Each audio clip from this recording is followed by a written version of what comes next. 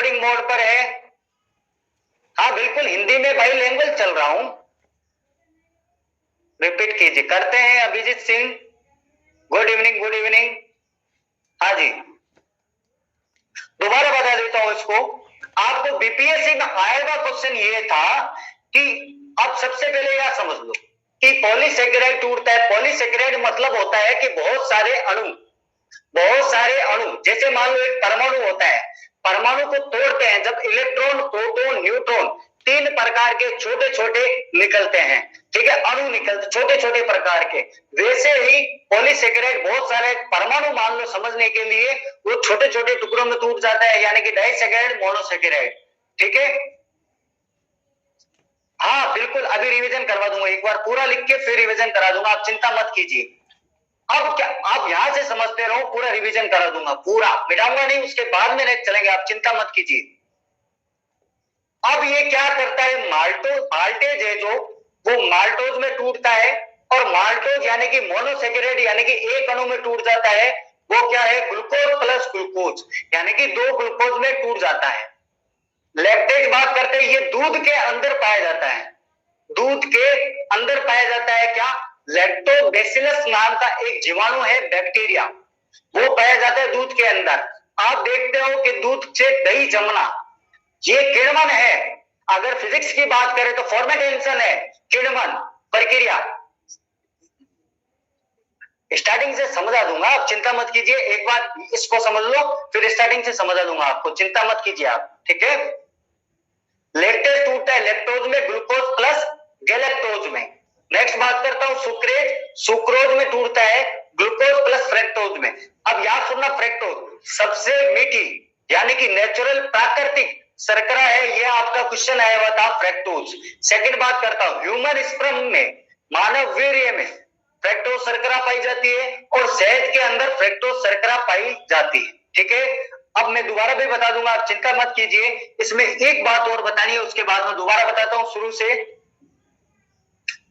एक बात और करते हैं इसके अंदर, जैसे वसा, वसा यानी कि फीट, आपको पता है कि जैसे ही स्मॉल इंटेस्टाइन के अंदर, ये आर्तरी रस की बात करता हूं, यानी कि सकस इंटेरिकस, इसके अंदर क्या होता है कि वसा, फेट, लाइपेज, यानी कि लाइपेज जो एंजाइम होता है, लाइपेज, ये लाइपेज एंजाइम किसको तोड़ता है, ग्लिसरॉल, ग्लिसरॉल प्लस वसीय अम्ल, ग्लिसरॉल प्लस वसीय अम्ल यानी कि फैटी एसिड में तोड़ देता है। अब इधर सुनो, अग्नाशय से रस आया, किसमें गया, छोटी आंत ड्यूडेनम में। अग्नाशय से जो रस आया वो भी किसमें गया, ड्यूडेनम में, स्मॉल इंटेस्टाइन में। फिर किससे रस आया, अपने यकृत से, लीवर से बाइल जूस आया, वो भी किसके अंदर गया, इसी के अंदर ड्यूडेनम में गया। और आंतरिक रस है ये जो भी, इसके अंदर सेल्स होती है, उसके ब्रश बॉर्डर आता है, गॉबलेट सेल, उसके अंदर से ये सारा क्या बना, एंजाइम्स, वो भी इसके अंदर मिला। इसीलिए बोलते हैं ड्यूडेनम में सर्वाधिक पाचन होता है। अब दोबारा बता देता हूं, देखिए स्मॉल इंटेस्टाइन यानी कि छोटी आंत की बात करते हैं, छोटी आंत की लंबाई होती है 7 मीटर। इसके व्यास की बात करते हैं, व्यास की यानी कि डायगोनल कितनी होती है, तो ध्यान में रखना 1.5 से 2.5 तक होती है सेंटीमीटर।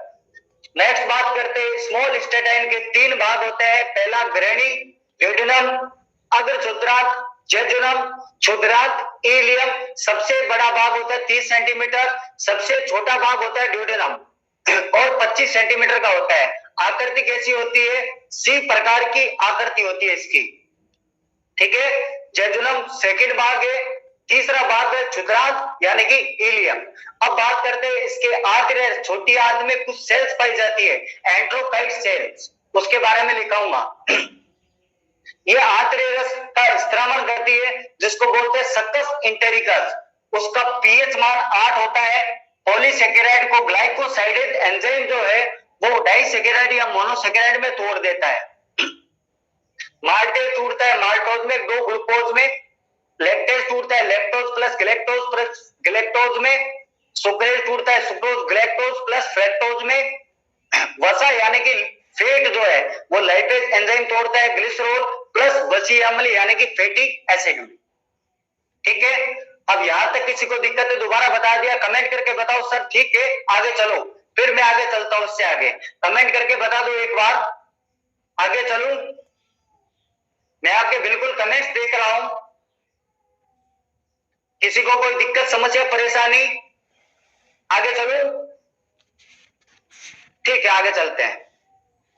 अब देखिए क्या होता है, अब सर यहां तक कोई दिक्कत नहीं है, अब ध्यान से इधर सुनना। मैं ऐसी स्ट्रक्चर बना रहा हूं इसी प्रकार की, इसी प्रकार की स्ट्रक्चर बना रहा हूं। आप देख रहे पा रहे होंगे कि इसके ऊपर की तरफ इसी प्रकार की एक संरचनाएं पाई जाती हैं,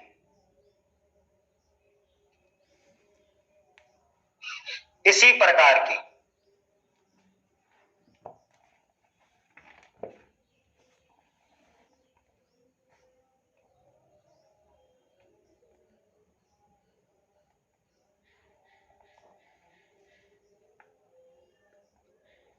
इसी प्रकार की एक संरचनाएं पाई जाती है। अब इनमें ऊपर की तरफ एक एस प्रकार की बूंद प्रकार की संरचनाएं पाई जाती है, सेम टू सेम। ये बताने के लिए दोनों तरफ से होता है, इसका मतलब ये नहीं है कि सिंगल तरफ से हो, बिल्कुल दोनों तरफ से होता है।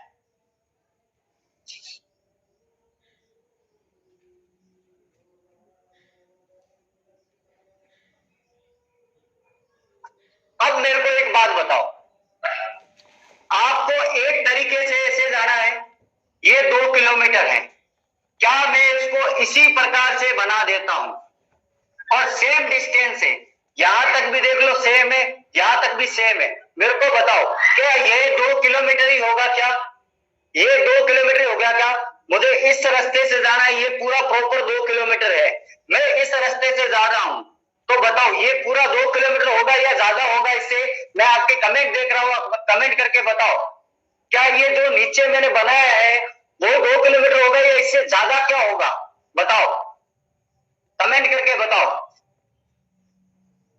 ज्यादा होगा, कॉमन सेंस की बात है, तो ऐसा क्यों होगा? अब मेरे को एक बात बताओ, अब मुझे क्या करना है, भोजन को ले जाना है यानी कि फूड को, तो फूड तो सीधा चला जाएगा, फूड सीधा चला जाएगा, उससे मतलब ही नहीं है। अगर फूड सीधा चला गया तो इससे अवशोषण कहां होगा, अब्जॉर्बेशन कहां होगा, वो तो सीधा चला जाएगा, लेकिन ऐसे नहीं होता। हमारे स्मॉल इंटेस्टाइन के अंदर इसी प्रकार की कर्व जैसी संरचनाएं पाई जाती है। अब भोजन ऐसे आया ऐसे गया, फिर भोजन ऐसे आया ऐसे गया, ऐसे आया ऐसे गया, ऐसे आया ऐसे गया, ऐसे आया ऐसे गया, इसी प्रकार से भोजन चलता रहता है। क्या आप मेरे को बताओ, इसी प्रकार से भोजन जाएगा तो क्षेत्रफल यानी कि एरिया बढ़ेगा या नहीं बढ़ेगा? एरिया बढ़ेगा। इसका मतलब कहने का क्या है कि जो भोजन का जो पाचन है वो अच्छी प्रकार से धीरे धीरे चलता चलता अब्जॉर्बेशन यानी कि भोजन का अवशोषण हो जाएगा। और एक और बात बता देता हूं, इसके ऊपर की तरफ ऐसे, ऊपर की तरफ ऐसे बाल नुमा संरचनाएं पाई जाती है, बाल नुमा संरचनाएं पाई जाती है। इसी प्रकार से ये बाल नुमा संरचनाएं पाई जाती है छोटी आंत के अंदर ही। ये छोटी आंत है पूरी स्मॉल इंटेस्टाइन, इनको बोलते हैं, ध्यान में रखना, इनको बोलते हैं लिबर कोन, लिबर कोन प्रगुहिका, लिबर कोन प्रगुहिका यानी कि माइक्रोविलाई, विलाई, विलाई भी बोलते हैं इसको, लिबर कोन प्रगुहिका यानी कि विलाई। अब आप ये जो डॉटेड डॉटेड देख रहे हो इसको बोलते हैं आप, एक सेल्स होती है इसी प्रकार की, वो सेल्स का नाम है, इस सेल्स का नाम बता देता हूं आपको, इस सेल्स को बोलते हैं कि ब्रूनस ग्लैंड्स, ब्रूनस, ब्रूनस ग्रंथियां, ब्रूनस ग्रंथियां यानी कि ब्रूनस सेल्स। हाँ जी, ब्रूनस सेल्स। छोटी आंत की लंबाई 7 मीटर होती है और ड्यूडेनम की 25 centimetre only, ileum 30 centimetre only. 7 metre कैसे होगी? अभी बताते हैं मृत्युंजय नाथ, अभी बता देते हैं आपको।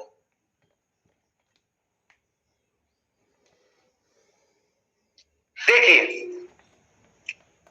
लिबरकुल प्रगुकिया और विलय और ब्रूनस ग्रंथिया, ब्रूनस सेल्स, इस प्रकार की सेल्स पाई जाती है हमारे किसके अंदर? छोटी आंत के अंदर। अब सुनना मेरी बात, ये जो भोजन तो इधर आया, ऐसे घुमा, फिर इस प्रकार से घुमा घुमा, यानी कि उसका एरिया तो क्षेत्रफल तो बहुत बढ़ चुका है, उसका भोजन अच्छी तरीके से धीरे धीरे धीरे धीरे छोटी आंत में जाएगा। ये जो काम करता है किसका? डाइजेशन का। ये सारे जूस जो है वो इसी प्रकार के डेड्यूनम में मिल जाते हैं। अब बात करते हैं, जैसे अच्छी तरीके से मिल गए, इसीलिए बोलते हैं कि सर्वाधिक पाचन जो है, सर्वाधिक पाचन यानी कि मैक्सिमम डाइजेशन वो किसके अंदर होता है? छोटी आंत के ड्यूडेनम में। ठीक है, यहां तक कोई दिक्कत नहीं है। अब बात करते हैं जो अग्र क्षुद्रांत यानी कि जेजुनम है, इसके अंदर एंट्रोकाइट सेल्स पाई जाती है। एंट्रोकाइट सेल्स, एंट्रोकाइट्स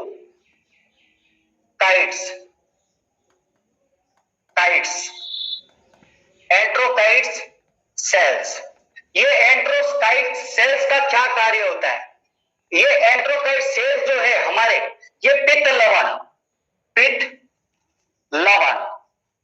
यानी कि बाइल साल्ट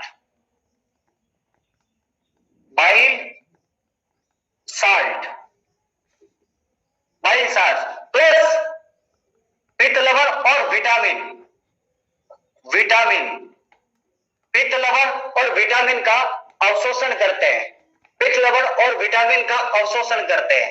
और इलियम क्षुद्रांत यहां लिख दिया गया, सॉरी, ये एंट्रोकाइट सेल्स है, ये क्षुद्रांत जो पित्त लवण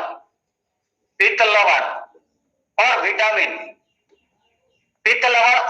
का अवशोषण करते हैं। कौन? इलियम। और जेजुनम का कार्य होता है सर्वाधिक अवशोषण, क्योंकि एंट्रोकाइट सेल्स होती है, ये आप देख रहे हो इसी प्रकार की विलय पाई जाती है और इनको बोलते हैं माइक्रो विलय। ये माइक्रो विलय सीधे ही ब्लड में जो प्रोटीन विटामिन जो भी है वो सीधे छोड़ दिए जाते हैं माइक्रो विलय के अंदर। ठीक है, अब दोबारा बता देता हूं इसको। सबसे छोटा भाग होता है ड्यूडेनम, सबसे छोटा भाग, यहां से जाएगा भोजन, इसके अंदर ग्रंथियां पाई जाती है, ल्यूबरकुल प्राइगोका यानी कि विली और ब्रूनस ग्लैंड्स। आपको पूछेगा कि बताओ ब्रूनस ग्रंथियां कहां पाई जाती है, तो आपको आंसर देना है छोटी आंत में। ठीक है, नेक्स्ट बात करता हूं अग्र क्षुद्रांत यानी कि जेजुनम। इसमें एंट्रोकाइट सेल होती है, सर्वाधिक अवशोषण यही होता है, इसीलिए बोलते हैं सर्वाधिक अवशोषण कहां होता है? छोटी आंत में। सर्वाधिक पाचन किसमें होता है? छोटी आंत में होता है। किसमें? ड्यूडेनम में। सर्वाधिक अवशोषण कहां होता है? तो वो अग्र क्षुद्रांत यानी कि जेजुनम में। इलियम का काम करता है, ये पित्त लवण और विटामिन का अवशोषण करता है। उसके बाद में जो भोजन जाता है आगे किसमें? बड़ी आंत में, उसको बोलते हैं कायल। उसको क्या बोलते हैं? कायल। क्या आपको समझ में आ गया है? मैं आगे चल सकता हूं क्या? हाँ बिल्कुल, मनीष कुमार रखेंगे, बिल्कुल रखेंगे रिकॉर्डिंग क्लास में। क्या मैं आगे चल सकता हूं इससे आगे? कमेंट करके बताएं। ठीक है,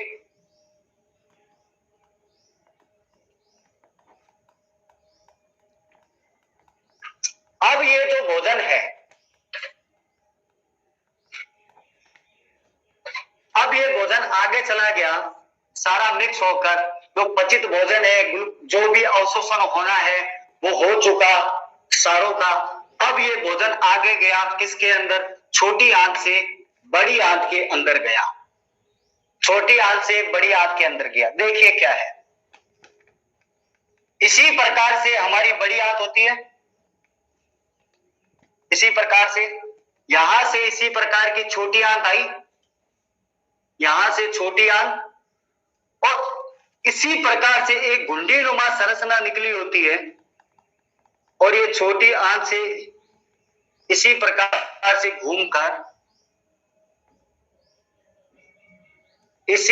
से घूमकर ये निकली हुई होती है। ये छोटी आंत है, आप थोड़ा फील कर लेना। इसी प्रकार से होती है छोटी आंत, और ये बड़ी आंत थोड़ी मोटी होती है, इसीलिए इसको बड़ी आंत कहते हैं, यानी कि इसके साइज के अनुसार इसको बड़ी आंत कहलाया जाता है। अब बात करते हैं कि छोटी आंत की लंबी होती है बड़ी आंत की। सबसे पहले छोटी आंत यानी कि स्मॉल इंटेस्टाइन से भोजन फूड बड़ी आंत में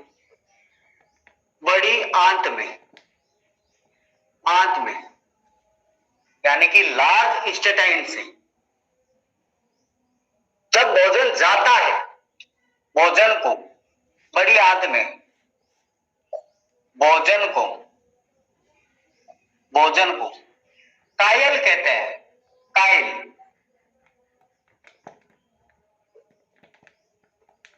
उसको कायल कहते हैं। तो सबसे पहले बात की, मुख में भोजन को क्या कहते हैं? बोलस। उसके बाद में स्टमक में भोजन को कहते हैं कायल, और इसको कहते हैं कायल, ये भोजन, ठीक है। उसके बाद में बात करते हैं कि बड़ी आंत यानी कि लार्ज इंटेस्टाइन की लंबाई होती है 3 मीटर, और इसकी बात करते हैं कि व्यास यानी कि इसका डायामीटर कितना होता है, तो ध्यान रखना 2.5 से 3.5 सेंटीमीटर होता है। 2.5 से 3.5 सेंटीमीटर होता है। अब सुनना इधर, जैसे ही ये भोजन बड़ी आंत से छोटी आंत से बड़ी आंत में गया, यहां पे एक वाल लगा होता है। आपको पूछेगा कि बताइए बड़ी आंत से छोटी आंत में वापस भोजन जाने से कौन रोकता है? हर चीज को बताइए। आपको पहले भी बताया था कि स्फिंक्टर्स लगी होती है 2 प्रकार की। यहां पे एक वाल लगा होता है जिसको बोलते हैं इलियोसिकल वाल।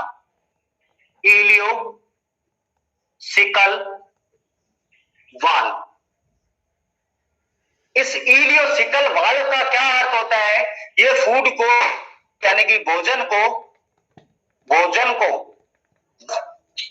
वापस यानी कि रिटर्न छोटी आंत में जाने से रोकता है। छोटी आंत में जाने से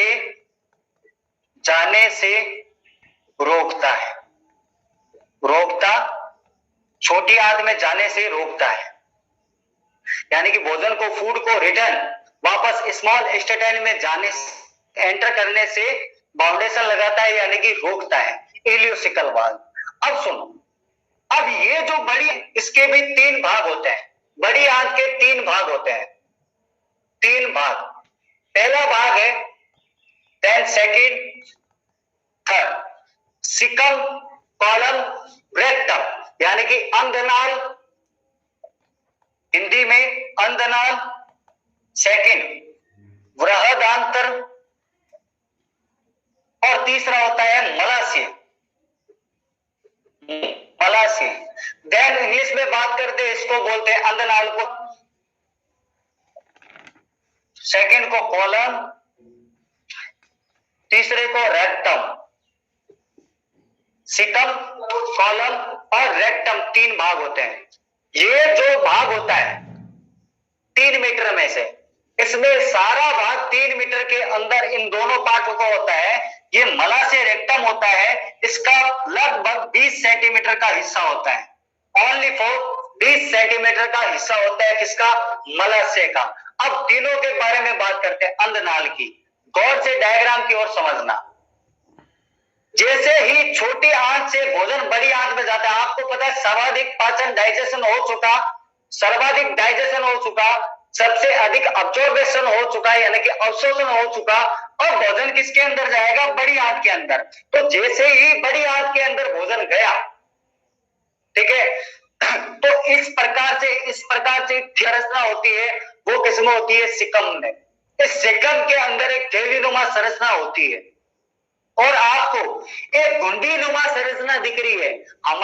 हम जैसे खड़े हैं, हम जहां अपना बेल्ट बांधते हैं, वहीं पे राइट साइड के अंदर हमारा वर्मीफोर अपेंडिक्स होता है, जिसको आप कर्मी रूप परिशेषिका बोलते हैं। हिंदी में इसको क्या बोलते हैं? कर्मी रूप परिशेषिका। इंग्लिश में बोलते हैं इसको अपेंडिक्स, वर्मीफॉर्म अपेंडिक्स बोलते हैं। तो ध्यान में रखना मेजर बात क्या है कि हमारे शरीर के अंदर वर्मीफोर अपेंडिक्स यानी कि कर्मी रूप परिशेषिका बड़ी आंत के कौन से भाग से जुड़ी होती है? तो ध्यान रखना क्या है? सिकम। अब बात करते हैं, सुनना। इस साइड एक थैलीनुमा संरचना होती है, बिल्कुल छोटा सा बेल ट्यूब में होती है। इस कोलाई नाम के जीवाणु पाए जाते हैं। कौन से?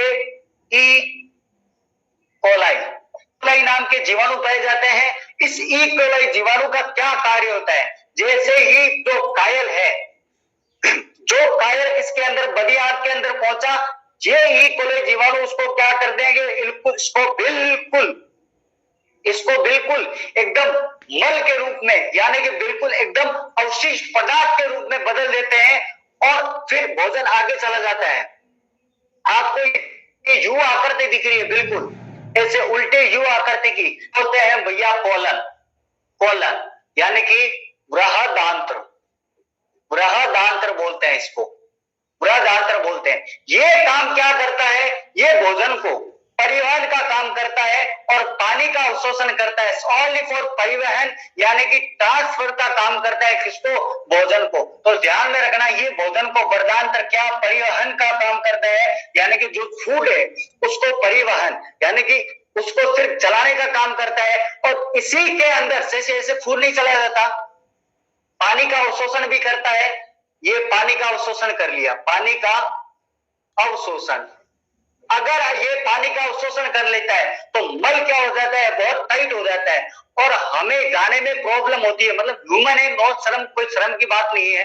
तो इसको आराम से ये चला जाए, इसका फ्लो हो पाए, उसके लिए बृहदांत्र के अंदर सेल्स पाई जाती है जिसको बोलते हैं गॉबलेट सेल। ध्यान में रखना, इसमें सेल्स पाई जाती है जिसको बोलते हैं गॉबलेट सेल्स।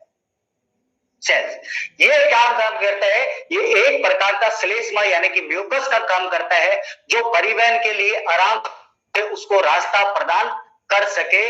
इसी प्रकार से पानी का अवशोषण हो गया, ई कोलाई जीवाणु उसको मल के रूप में त्याग बना दिया और ये परिवहन करता है। और मलाशय क्या होता है? ये आप जो जगह देख रहे हो, हमारा रेक्टम 30 सेंटीमीटर का होता है, लगभग 30 सेंटीमीटर का। इसके अंदर 3 सेंटीमीटर का गुद्दा नाल होता है। ये 3 सेंटीमीटर का, बाकी 17 भाग यानी कि मलाशय यानी कि रेक्टम में पूरा भाग होता है 20 सेंटीमीटर का, उसमें 3 सेंटीमीटर का क्या होता है? हमारा गुद्दा नाल यानी कि एनस होता है, एनस। और 20 सेंटीमीटर रेक्टम होता है। इसी एनस में भोजन चला जाता है, यानी कि भोजन को मल त्याग से पहले मल किस में रहता है पूछा जाए तो मल की रेक्टम में। उसके बाद में जब मल त्याग होता है तो वो गुद्दा नाल यानी कि एनस के द्वारा हमारे शरीर से बाहर निकल जाता है। ये हमारा डाइजेस्टिव ऑर्गन पूरा हुआ। डाइजेस्टिव ग्लैंड की बात करेंगे। क्या आपको समझ में आया है? पूरा बिल्कुल कहानी के माध्यम से आपको बताया है। आज थोड़ा गला भी थोड़ा सही नहीं लग रहा है, आप कमेंट करके बता दो यस ओके है। उसके बाद में फिर मिलते हैं। फटाफट से आप कमेंट करके मेरे को आदेश दें कि बिल्कुल सही है सर। यस कमेंट करो। क्लियर है? क्लियर है? आदर्श राज, अभिजीत, मनीष कुमार, विजय क्लियर है एकदम? भाई लैंग्वेज चल रहा